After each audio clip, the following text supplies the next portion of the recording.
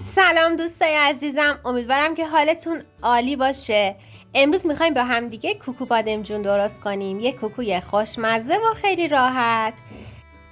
دوستای عزیزم، کوکوی سیب زمینی و کوکوی هویج و کتلت شامی رو هم توی پیجمون داریم. میتونید توی کانال فلفل سر بزنید و از آموزش اونا هم استفاده کنید. حالا بریم که با هم دیگه مواد و طرز تهیه کوکوی بادمجون رو ببینیم. حدوداً 700 گرم بادمجون میخوان که باید اول مطمئن باشیم که تلخ نیستن و باید تلخابش رو بگیریم. میتونید بادمجوناتون رو خام رنده بکنید یا اینکه مثل من بخار پزشون کنید و بعد پورشون کنید. یک عدد پیاز بزرگ رو به همراه 2 تا حب سیر رنده میکنیم و آب پیازها رو تا یه حدودی میگیریم. آرد گندم میخوایم و 4 عدد هم تخم مرغ.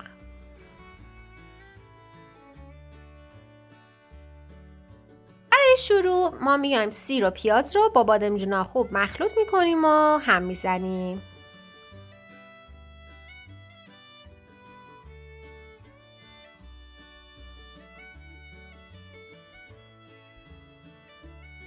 مقداری زردچوبه، فلفل قرمز و اگر دوست داشته باشین فلفل سیاه میتونید به کوکوتون اضافه کنید.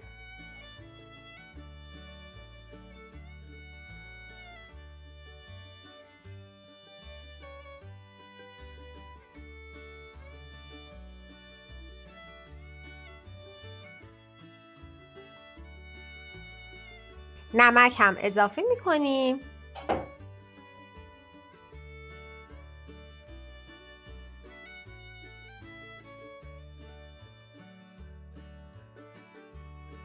دو قاشق سرپر هم آرد اضافه میکنیم.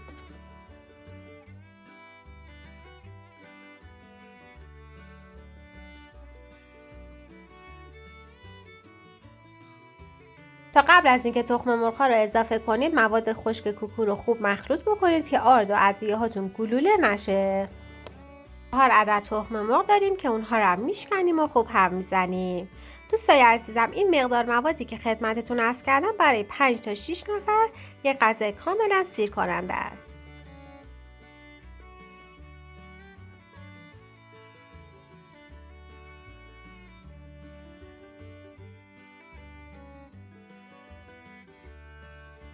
حدوداً 2-3 دقیقه مواد رو خوب مخلوط میکنیم تا خوب از هم باز بشن و به خورد هم دیگه برن. دیگه الان مواد اصلی کوکومون آماده است.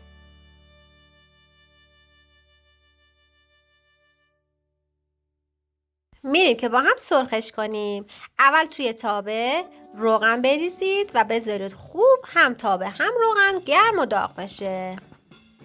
بعد یه دونه کوکو رو امتحانی داخل روغن میریزیم تا ببینیم موادش به اندازه هست یا نه. اگر موادش به اندازه بود و کوکومون نچسبید و وا نرفت، اون وقت باقی مواد کوکو رو هم به راحتی و با خیال آسوده سرخ میکنیم.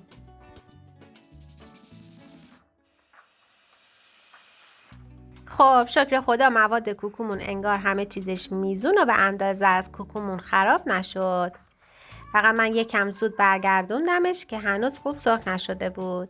دیگه الان با خیال راحت میتونم باقی مواد رو هم به تابه اضافه کنم و دونه دونه کوکوهامو سرخ بکنم.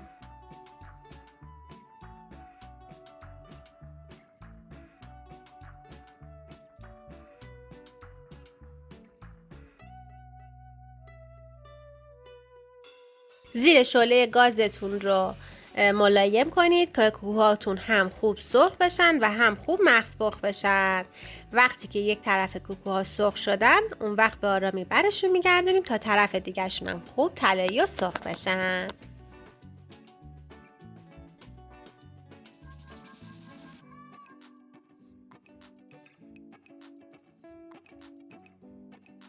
خب اینم از کوکوهای من که تو نیم ساعت آماده شد.